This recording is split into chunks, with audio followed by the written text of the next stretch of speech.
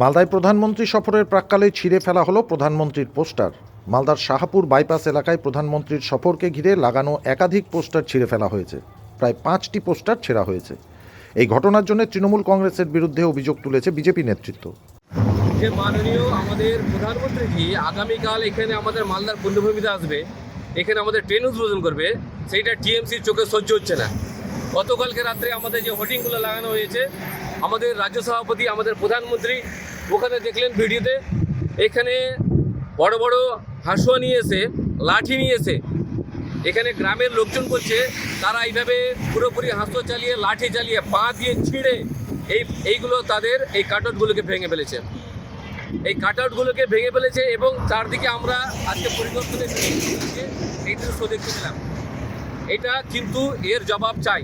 আমাদের আগামীকালকে যে প্রধানমন্ত্রীর যে প্রোগ্রাম, এটাকে তছনছ করার জন্য মালদাতে এই টিএমসির গুন্ডা বাহিনীতে পাঠিয়ে এই তৃণমূল নেতারা যে অপমান তিনি প্রধানমন্ত্রীকে করতে চাচ্ছেন, এর জবাব কিন্তু আমরা চাই, এর জবাব কিন্তু পাবে। তাদের দাবি পরিকল্পিতভাবেই পোস্টারগুলি ছিঁড়ে ফেলা হয়েছে। যদিও এই অভিযোগ অস্বীকার করেছে তৃণমূল নেতৃত্ব, তাদের বক্তব্য দলের সঙ্গে এই ঘটনার কোনো সম্পর্ক নেই। আবার এখানে দেখুন, ওই যে ওখানে একটি আছে ওদের ওই বিজেপি করে ছেলেটি, কি মণ্ডল, ও এগুলো ভালো বলতে পারবে। ওর কাছে আপনারা যদি যান তাহলে জানতে পারবেন যে কে ভেঙেছে।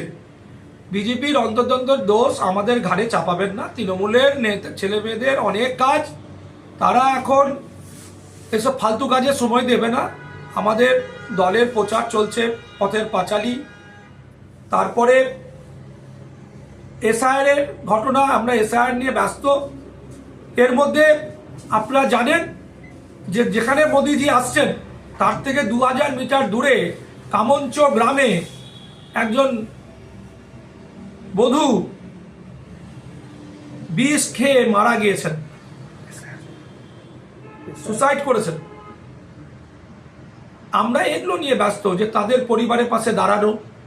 এসআইআর এর এই প্যানিকের জন্য একটা জলজান্ত একটা প্রাণ চলে গেল। আমরা এইসব নিয়ে আমাদের নেতাদের, আমাদের কর্মীদের, আমাদের ফলোয়ারদের এইসব করার সময় নয়। মোদিজি আসলো কি আর না আসলো কি, আমাদের এখানে বিজেপি কোনো ফ্যাক্টরি নয়। গতবারে অন্তর্ধানে আমাদের দলের কিছু ভুল স্টেপের জন্য ওরা জিতে গিয়েছিল, এর মানেই নয় যে ওরা একদম বিজেপির বিশাল বড় সংগঠন করে ফেলেছে। কিছুই নেই, হাওয়াতে শুধু হাওয়া করে বেড়াচ্ছে। ওদের নিজেদের মধ্যে গন্ডগোল, সেটা মিটাতে বলুন।